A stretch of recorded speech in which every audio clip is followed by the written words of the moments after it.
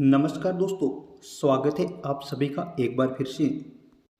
दोस्तों, अगर आप अपनी लाइफ में कुछ नया सीखना चाहते हैं तो मेरे साथ ज़रूर बने रहिएगा और मेरे चैनल को लाइक करिएगा, शेयर करिएगा, सब्सक्राइब करिएगा ताकि मेरा हर नया वीडियो आप तक आता रहे। दोस्तों, आज मैं फिर हर रोज़ की तरह नई रहस्यमय वीडियो लेकर आपके साथ उपस्थित हो गया हूँ।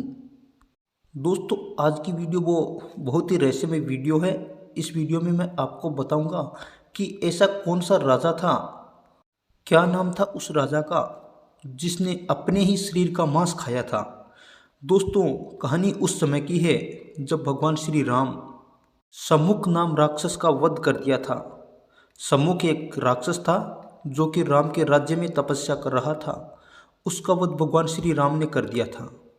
उसके पश्चात भगवान श्री राम स्वयं चल करके अगस्त्य ऋषि के आश्रम में गए थे और अगस्त्य ऋषि को प्रणाम किया और अपना परिचय दिया कि मैं श्री दशरथ पुत्र राम हूँ। तो दोस्तों, अगस्त्य ऋषि ने भगवान श्री राम को पहचान लिया और उनको एक दिव्य आभूषण दे रहे थे जो श्री विश्वकर्मा जी का बनाया हुआ था। तो दोस्तों, जब आभूषण अगस्त्य ऋषि दे रहे थे तब भगवान श्री राम ने आभूषण लेने से मना कर दिया और कहने लगे कि हे मुनि, जब ब्राह्मण एक क्षत्रिय को दान देंगे तो हम क्षत्रिय को दोष लगता है, इसलिए हे मुनीश्वर, मैं आपका ये आभूषण नहीं ले सकता। लेकिन अगस्त्य ऋषि बोले, हे राम, आप हमारा ये दिव्य रूपी आभूषण दान स्वरूप स्वीकार करें, क्योंकि एक समय ऐसा था कि जब केवल ब्राह्मण ही ब्राह्मण थे, तो क्या ब्राह्मण एक दूसरे को दान नहीं करते थे? क्योंकि उस समय ब्राह्मण भी दान करते थे, तो उसका कोई भी दोष नहीं लगता है। इसलिए हे राम, आप मेरा ये दिव्य आभूषण स्वीकार करें। तो भगवान श्री राम बोले कि तो यह विश्वकर्मा जी का आभूषण बनाया हुआ आपको कैसे प्राप्त हुआ? तो दोस्तों, अब अगस्त्य ऋषि भगवान श्री राम को पूरी कहानी सुनाते हैं कि एक बार मैं एक घोर जंगल में गया था। तो वहाँ पर पानी पीने के लिए गया। तो जब उस जंगल में मैंने देखा कि जंगल तो बिल्कुल सुनसान है और वहाँ पर कोई भी जीव जंतु या मनुष्य कोई भी नहीं है, तो वहाँ पर एक तालाब था। तालाब के किनारे एक कुटिया बनी हुई थी। उस कुटिया में मैं एक रात ठहरा। तो जब एक रात उस कुटिया में मैं ठहरा, देखा कि स्वर्ग से एक देवता उतरता है और नीचे एक मुर्दा पड़ा हुआ था। उस मुर्दे को वह देवता खा करके वापस चलने लगे। तो मैंने उनसे पूछ लिया कि हे महाशय, आप रुकिए, आप कौन हो? आप दिखने में तो इतने सुंदर अच्छे दिखाई दे रहे हो, लेकिन आपने इस मुर्दे का मांस क्यों खाया है? तो दोस्तों, इतनी बात जब उस अगस्त्य ऋषि की उस देवरूपी मानव ने सुनी तो वह रुक गया और बोला कि हे भगवान, अब आपने इसके बारे में पूछ ही लिया है, पूछना ही चाहते हैं तो ध्यान से सुनो। मैं विदुर देश का राजा वासुदेव का पुत्र हूँ। हम दो भाई थे। मेरा नाम श्वेत केतु है और मेरे छोटे भाई का नाम सुवध था। जब हमारे पिताजी की मृत्यु हो गई तो राज सिंहासन पर मैं बैठ गया था, क्योंकि मैं बड़ा था इसलिए। लेकिन अचानक से मेरे मन में वैराग्य जाग गया और जब वैराग्य जागा तो मैं अपने राज्य को छोटे भाई को सौंप दिया और मैं जंगल में तपस्या करने के लिए आ गया। तो मैंने 80,000 वर्ष तक कठिन तपस्या की। तो ब्रह्मदेव मुझ पर प्रसन्न हो गए और मुझे स्वर्ग में लेकर के चले गए और मेरा मोक्ष हो गया। और ब्रह्मदेव जी कहने लगे कि अब आप स्वर्ग में आराम से रहिए।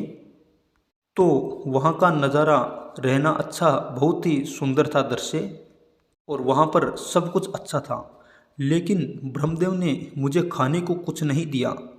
तो मैंने कहा कि हे भगवान, मुझे कुछ खाने को तो दो। ये स्थान तो आपका बहुत अच्छा है, लेकिन मुझे वहाँ पे खाने को कुछ नहीं मिल रहा है, तो आप मुझे कुछ खाने को दीजिए।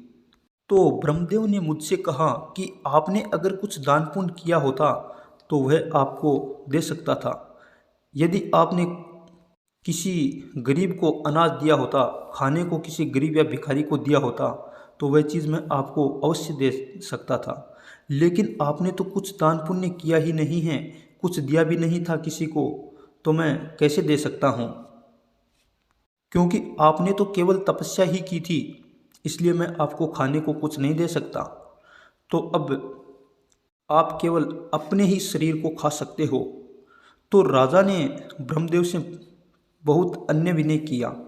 तो ब्रह्मदेव ने कहा कि पृथ्वीलोक पर एक अगस्त्य ऋषि है, और वह अगस्त्य ऋषि आपको इस पाप से मुक्ति दिला सकते हैं, क्योंकि अगस्त्य ऋषि ने बहुत से पापी लोगों को उबारा था।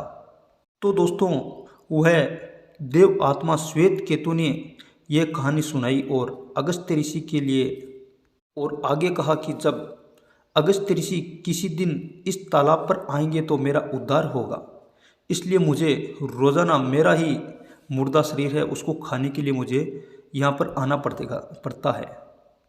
तो अगस्त्य ऋषि बोले, हे श्वेत केतु, आप ये बताओ कि आप जो इस मुर्दे के शरीर को खाते हो, यह शरीर समाप्त क्यों नहीं होता? दूसरे दिन आपको उतना का उतना ही कैसे मिलता है?